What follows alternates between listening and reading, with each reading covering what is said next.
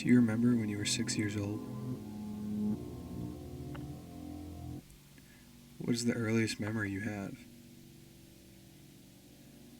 Is it going to the doctors to get your first flu shot? Or maybe is it waking up on Christmas Day looking for gifts under the tree? Mine is going to the park with my dad.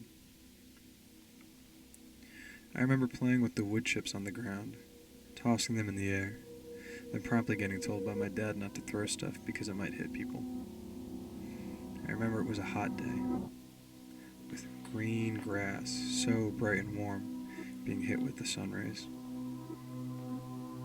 and the sky so blue with clouds speckled throughout like marshmallows and hot chocolate.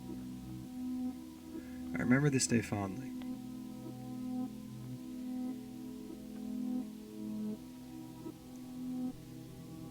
Not because anything significant or something happening. I didn't slip off the monkey bars and break my arm. I didn't meet a friend at the park that became a lifelong buddy. No, I remember that day because we don't have days like that anymore. Cutting down forests to make room for cities, and plots to put factories that can pump harmful gases to the ozone layer.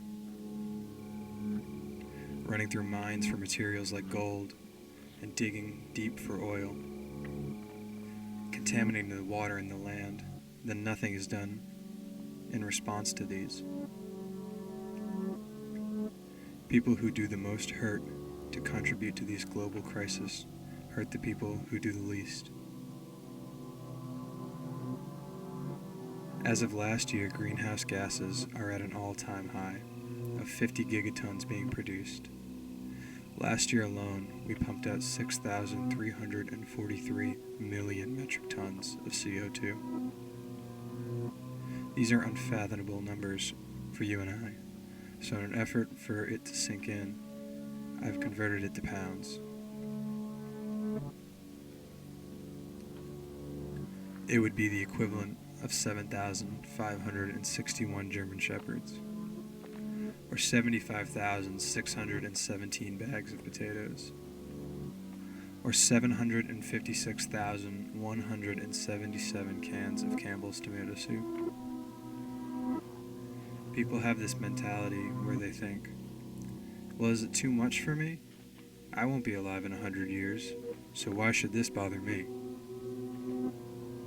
People who have this mentality never had a day like I did when I was 6 years old.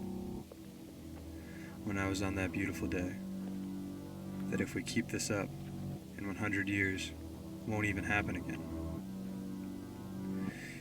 People often will protect the people in their circle, but it's hard to think of the other 8 billion people that they live with, your neighbors. Don't you want a world that you can give to your children and your children's children, where they can have a sunny day at the park with green grass and fresh, healthy air in their lungs? Now at this point, you might be wondering, well, what does this mean to me? Is the world going to heat up and explode? Is there something I can do? How can I help? Unfortunately, it's not an overnight solution.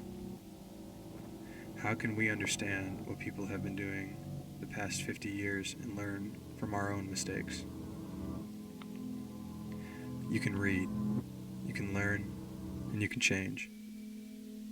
Lowering your carbon footprint doesn't seem as easy as it is, but it only takes a little from a lot of people to help.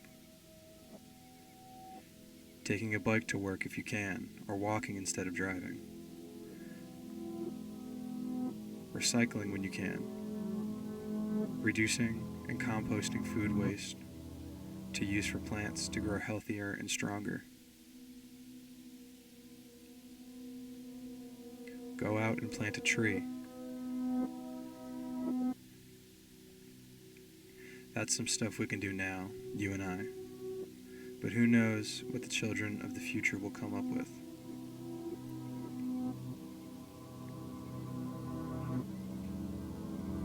Who knows? Maybe walkable green cities and food that can be tossed away. And that food that is tossed away can break away and feed plants and trees and help them grow big and strong as the people of that time will be.